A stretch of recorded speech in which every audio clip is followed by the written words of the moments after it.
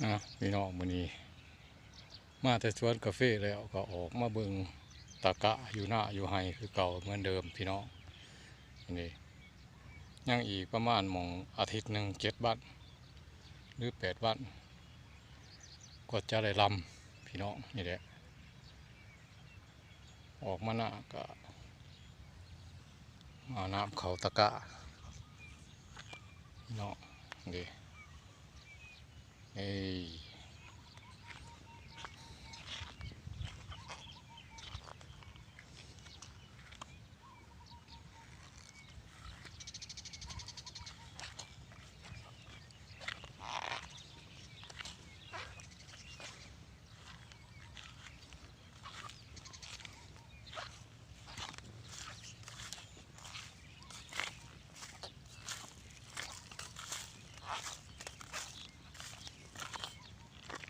น้ำขนาดพี่น้อง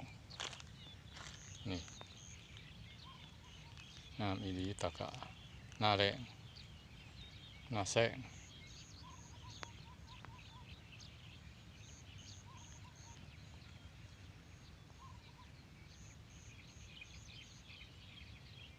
อืม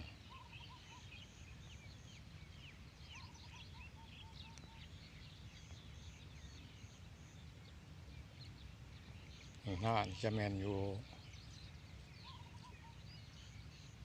ไต่นาคามพี่น้องนี่นาเกลือ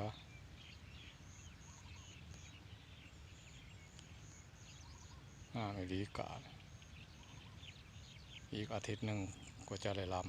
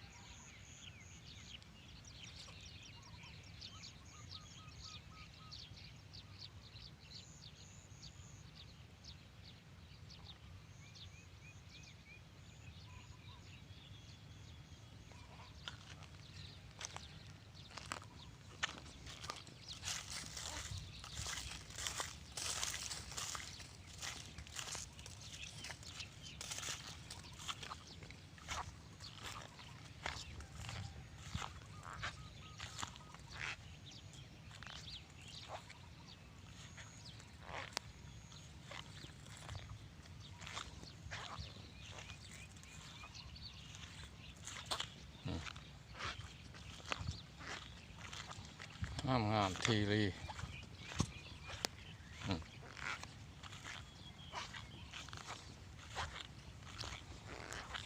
น้ำกับโอนไหลโจกเลยเต็มห้องเลยพี่น้องเบิ่งเอานี่โอ้ยโอ้ยโอ้ยโอ้ยโอ้เต็มเลย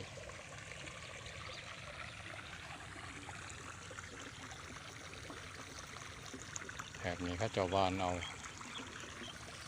ตัวนี้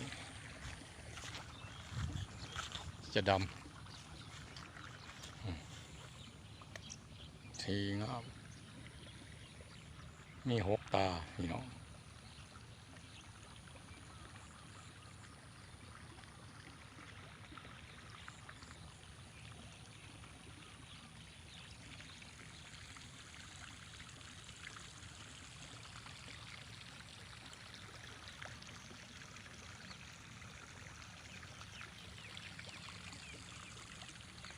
เสียงน้ำลำเลย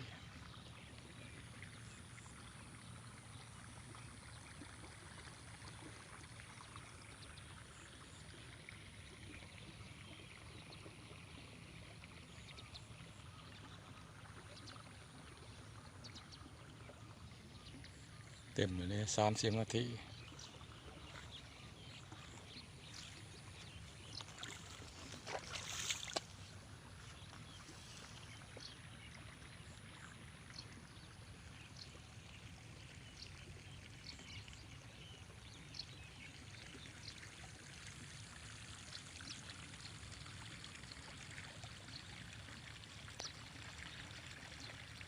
ที่แนมเห็นแม่นผู้เสียงทองพี่น้อง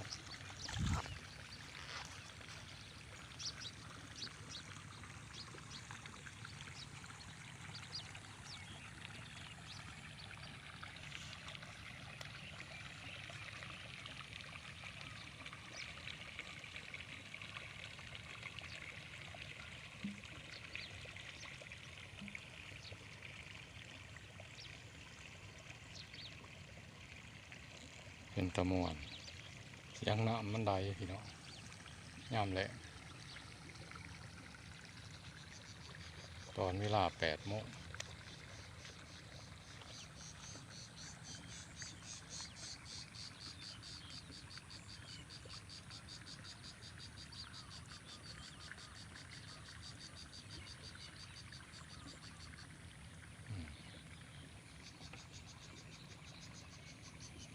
พี่น้อง